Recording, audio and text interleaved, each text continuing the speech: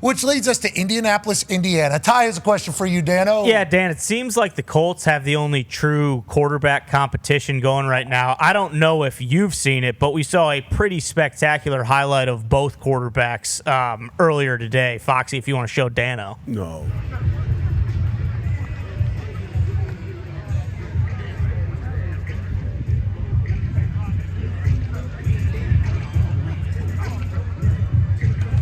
So, Dan, you see that. Obviously, you got both guys just ripping it out there, looking good. Relax. Okay, sorry. It's one throw. No, I get it. It's one throw. But I don't like AR looks different. He looks like he's in very good shape from the pictures we've seen, and obviously that. What do you think of this whole QB situation? Because it kind of seems like it was dimes, and now it's kind of more of an open deal again.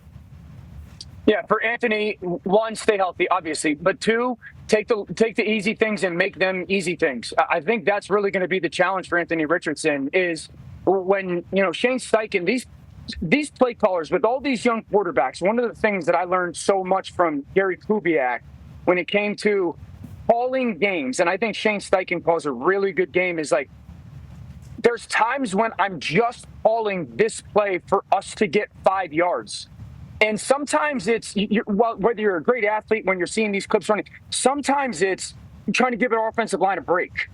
Or I haven't gotten Michael Pittman Jr. the ball in 5 plays. I want to get him a touch. Or I just want to get to 2nd and 5 because when I call this 2nd and 5 play, I'm setting it up for another 2nd down play call in a quarter from now. And so I think the more Anthony learns that and realizes that and makes the commitment to treat that 4 or 5 yard completion like the 3rd and 10 run or the 4th and goal run. Like, it's the most important thing you can do in that moment. And to have that high level of focus, the high level of commitment to execution, that it's not just the completion, how you complete it, the timing of it that you do it in, the placement of the throw to maybe steal a yard or two is a big deal. And so, and this happens to a lot of young, ridiculously physically talented young quarterbacks, is you think because you're so physically talented, the next you can make it up the next play or something like that. And the more discipline that you get, the better you become with that consistency, and then those big plays happen. So I think if you're the Colts, you obviously want Anthony to be the guy, but that's the big challenge for Anthony. Yes, stay healthy, stay on the field. But, dude, you got to make the layups all the time in that league. That was 4th quarter right there, drive at the end of the game. Mm-hmm. That's how it ended with him running. It was awesome to watch that. And as you watch these highlights, you can't help but get incredibly excited. I mean, he has the potential to be a unicorn. It's there. Has a chance to be a unicorn. He literally does. And you talk about taking like 1st down, 2nd down, 3rd down, check down seriously and everything like that. I think that's just learning to become, a professional athlete that's on a little bit of a different playing field than you have been your entire life, because he's always had the fixer. You talked about, hey, his athleticism will make it up for the next play. It's like his arm, his athleticism. He's always been a fixer. Like, hey, if this one doesn't work out, who cares? I throw a pick, right, I'll be able to get back. I miss a throw, I'll be able to get it back. Now it's like, hopefully at this stage of his professional career, he knows like, hey, everybody has that's on the field. Everybody has that. You have an advantage because you are more athletic than basically everybody on the field. You are. It is spectacular to watch. And also everything you're doing off the field, everybody's watching as well because you're the quarterback of the team. You're the number 4 overall pick. You, whether you like it or not, are a CEO of a locker room. That is what a quarterback is. We go as you go, brother. We operate how you operate. So everybody watching every move, if he's able to dial in being a professional quarterback, which is focusing on every play, off the field, leading and being a person, he doesn't even have to talk. If he just wants to do as I do, as opposed to what I say, it's all good. It's like the chance is there. Carly has come out and said he's got enough time to save it. Chris Ballard said he's got enough time, more than enough time to still save it. It's like with everything that's gone on, and how slow of a start it's been for his career as a whole, it's still all out there in front of him, possible. And go ahead. I think this too, Pat. Like, there comes, and I remember Kyle Shanahan saying this, dude. As a quarterback, like, you have to fully understand, top to bottom.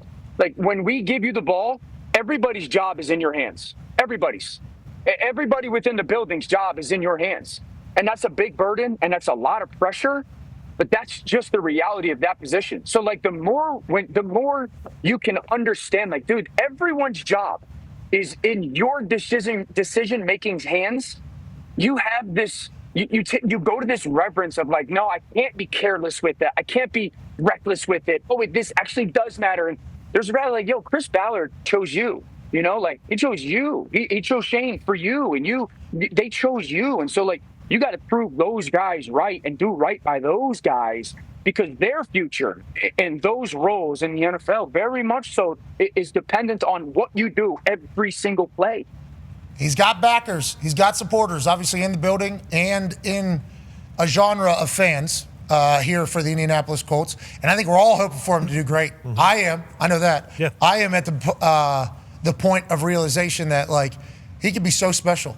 And he could be so special. I can't just hold things against him. He's 2 years old. Yeah, super young. 23 years old or whatever it is. It's like, let's go, dude. You have the chance. And that team, they've invested on the defensive side. Oh, yeah. They got a great offensive line seemingly all the time. Got Jonathan Taylor, a lot of weapons. And it's like in Daniel Jones. The Colts weren't the only team that wanted to sign Daniel Jones. Yeah. You know, there was other teams that wanted to sign Daniel Jones. And is he going to have the Sam Darnold, Baker Mayfield type situation where his first team, for some reason, doesn't work out, takes a little bit of a road, and then finds a place and goes absolutely apeshit? He could. And he plays very similar to how Anthony Richardson plays. A lot of people wouldn't think that, obviously, if you just look at Daniel Dimes and you say he's a Duke guy. He looks like he's a little bit of a nerdy guy. It's like he will run. That dude will run people over. He will stride out on people. I think Colts are in a good spot. Quarterback competitions, though, I think you need to get those over with quick. I think the team needs to know who the guy is, personally, but they know a lot better than I do, and they've named a starting quarterback in years past, and it hasn't worked out. Now, on that note. Real quick on Indy. Yeah, I'm sorry. I think they also give whoever they choose a month. I think they give the guy the month.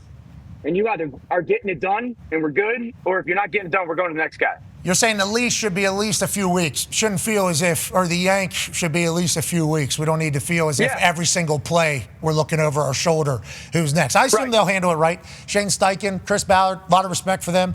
Good luck to them as they do it. And Deba, you said the locker room knows. Yeah. I think that's evident, I would assume. Because the locker room can't pick and choose favorites, okay, just because of personal feelings, because everybody's job to Dan Orlovsky's is reliant upon said person.